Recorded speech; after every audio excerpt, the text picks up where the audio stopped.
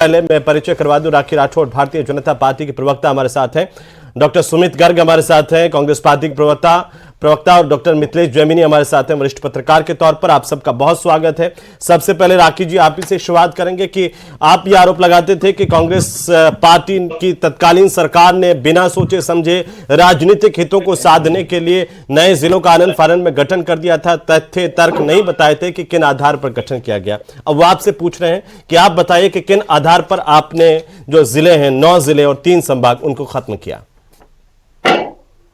देखिए जी, हर एक स्टेट की अपनी अपनी फाइनेंशियल कंडीशन है, वहां की भौगोलिक कंडीशंस है। इसके हिसाब से हमने एक हाई लेवल कमेटी बनाई और उस कमेटी की जो सिफारिश थी हेमंत जी, हमने उसको ग्राउंड लेवल पे इंप्लीमेंट किया।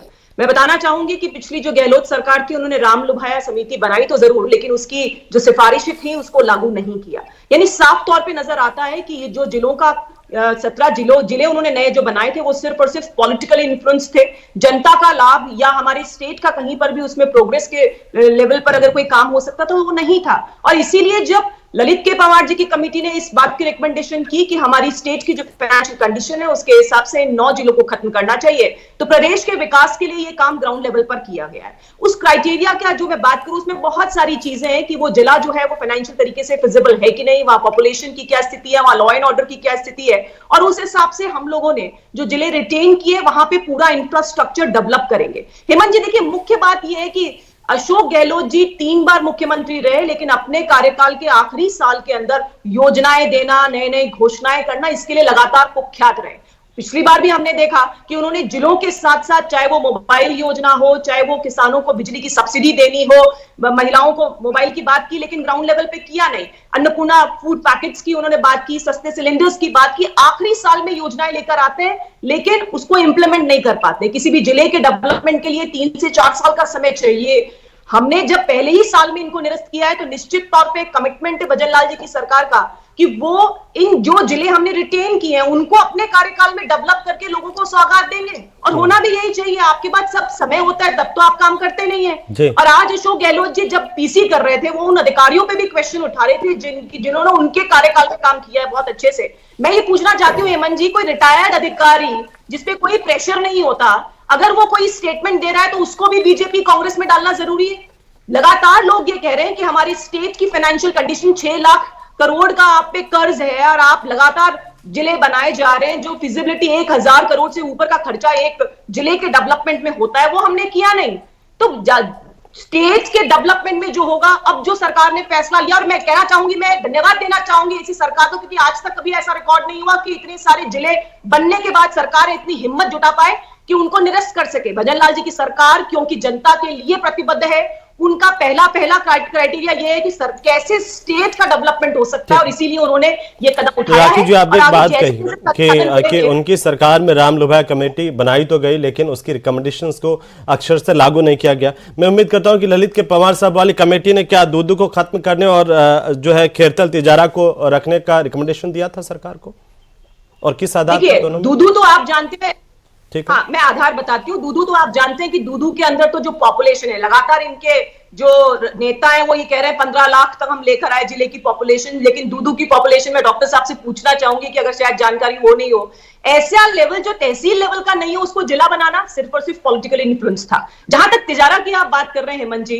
तिजारा के अंदर जैसे मैंने कहा कई क्राइटेरियाज हैं, जैसे रेवेन्यू की फिजिबिलिटी हो, लॉ एंड ऑर्डर हो। तिजारा का स्थिति आप दोनों में तो 3-3 थाने ही है आने के बाद देखिए, और वो आप पर आरोप लगा रहे हैं कि बालकनाथ तो अपना जिला बचा ले गए और आपने जो है वो डॉक्टर प्रेमचंद बेरवा को सल्टा दिया। ये डोटासरा जी का आरोप है, मैं नहीं कह रहा हूं मैडम।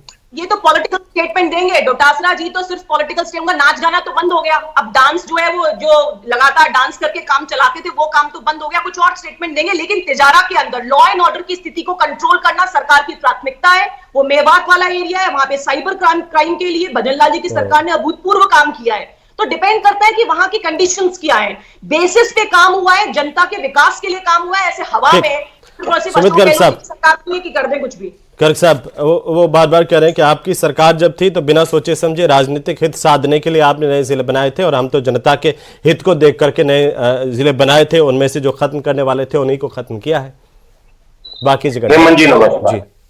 सबसे पहले तो मैं हाँ मैं पूछ लूंगा क्या कुछ पूछना चाह रही हैं?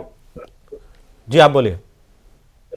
सबसे पहले तो मैं इस देश की अर्थव्यवस्था के पुरोधा, शिल्पकार, स्वर्गीय आदरणीय डॉक्टर मनमोहन सिंह साहब को आपके निधन पर अपनी श्रद्धांजलि और संवेदनाएं प्रकट करता हूं। हेमंत जी, कल जिस लम्हा, जिस क्षण मुख्यमंत्री जी के नेतृत्व में इस प्रदेश की सरकार ने ये जिलों को, संभागों को खत्म करने का निर्णय लिया, उसी क्षण, उस लम्हे इन्होंने ये तय कर लिया था कि हम जनता को दुखी करेंगे, पीड़ित करेंगे, प्रताड़ित करेंगे, विकास से उसको दूर करेंगे। इसलिए मैं कह देता हूं, ये जब्र भी देखा है, तारीख की नजरों ने, लम्हों ने खता की है, सदियों ने सजा पाई है। इनके इस निर्णय को आने वाले समय तक उन प्रदेश, जिलों की, संभागों की जो जनता है वो पीड़ित होगी, उससे प्रभावित होगी। मेरी बहन अभी राखी जी बड़ी बड़ी बातें कर रही हैं। हेमंत जी, मैं तो शुरू से, जिस दिन से इन्होंने ये कमेटी बनाई थी, इनसे पूछता आया हूं। छोटे जिलों का कॉन्सेप्ट सबसे पहले इस देश में लागू किया था आदरणीय नरेंद्र मोदी जी ने, राजनाथ सिंह जी ने, रमन सिंह जी ने। तो क्या उन्होंने गलती करी? इन्होंने दूध की बात करी।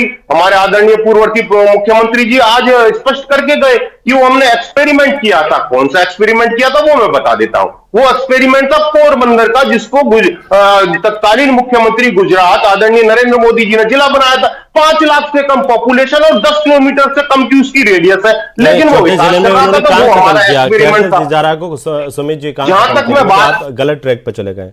जी आप बोल लीजिए, पूरा कर लीजिए सर। लेकिन छोटे जिलों में रखा तो है ना तिजारा खेल। दूधू की इन्होंने, सर हेमंत जी, दूधू की इन्होंने स्पेसिफिकली बात करी, वो मैं बता रहा। हाँ। फिर बात करी इन्होंने प्रदेश के कर्जे की। प्रदेश पर कर्जा है 5 लाख करोड़ का। गुजरात फिर 5 जिले बढ़ा रहा है, कर्जा है 7.5 लाख करोड़ का।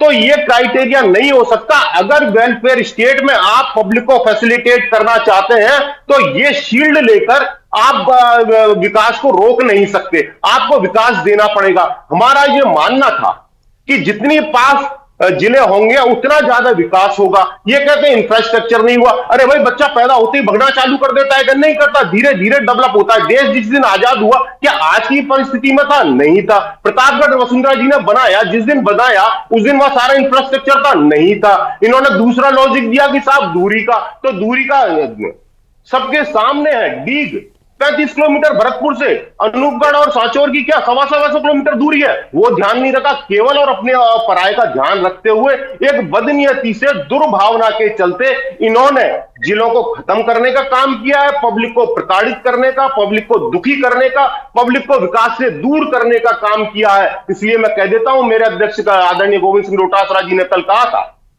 कि अभी हम शोक संतप्त हैं, 7 दिन का राजकीय शोक है। उसके बाद 3 तारीख के बाद कांग्रेस पार्टी संसद से, सदन से लेके और सड़क तक सरकार के इस निर्णय का विरोध करेगी, आंदोलन करेगी और हमें ना वो मजबूर करेंगे कि जन विरोधी ये जो निर्णय है उसको ये वापस लें। नहीं तो कांग्रेस पार्टी इस निर्णय को लेकर कहीं ना कहीं, मैं आपसे कह दे के माध्यम से ये निवेदन कर देता हूं कि हम काफी बड़े स्तर पर अपने आंदोलन को लेके जाएंगे। और अगर भविष्य में कुछ भी होता है, इसको लेकर उसकी जिम्मेदारी सरकार की और सरकार के निर्णय की होगी, क्योंकि जनता आक्रोशित है, दुखी है, पीड़ित है। कुछ भी क्या होता है वो भी स्पष्ट कर दीजिए। भविष्य में कुछ भी होता है, मत दीजिए। भविष्य में अगर कुछ भी, मैं स्पष्ट कर देता हूँ। भविष्य में मैं कर देता, हाँ मैं कर रहा हूं ना।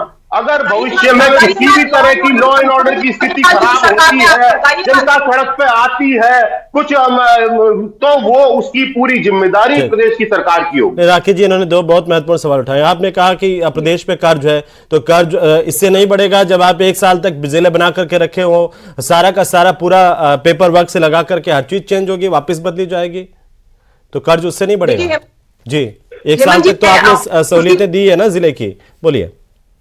हेमंत जी, जिस हिसाब से 17 जिले एक साथ बढ़ाए गए, उसी समय हमारे स्टेट की वित्तीय कंडीशन ऐसी नहीं थी कि वहां पर हम आने वाले समय में डेवलपमेंट 17 जिलों में एक साथ कर सके। इसीलिए बेहतर यह होता है कि ग्रेजुअली फेजेस के अंदर इन जिलों का निर्माण किया जाता, जिससे हम जितने जिले टेकअप कर रहे हैं उनमें डेवलपमेंट प्रॉपर तरीके से हो पाता। 1 साल के समय की जो आप बात कह रहे हैं, हेमंत जी, ये डिसीजन ऐसे डिसीजंस हैं जिसमें कि लोगों की रोजमर्रा के काम जुड़े हुए हैं। इसमें जब तक कि कोई एक्सपर्ट कमेटी आकर के जवाब ना दे, वो किस बेसिस पे पुरानी सरकार ने काम किया, किस बेसिस पे हमारी सरकार उनको हटाने का काम करी, इसको ग्राउंड बिल्कुल निचले लेवल पर स्टडी करके ये डिसीजन लिया है। अशोक गहलोत जी की तरह ऊपर ऊपर काम नहीं किया है। नहीं, और पैसा तो लगा ना राखी जी, उसमें पैसा तो लगा है ना, पूरा कागज से फाइल से लगा करके, छोटी से छोटी चीज से लगा करके ऊपर तक सब एक जिला बनता है, तो सब बदलती है और वापस बदलेगी, तो ये तो एक अतिरिक्त भार पड़ेगा ही ना। उस पर मैं आता हूँ उस पर मिथिलेश जेमिनी साहब हमारे साथ है। एक बार जेमिनी साहब, मैं आपका स्पेशल कमेंट लेना चाहता हूँ कि ये जो फैसला है, दो सवाल है मेरे इसमें कि इस फैसले से राजस्थान की राजनीति में क्या बदलेगा, भूगोल तो बदलेगा ही बदलेगा।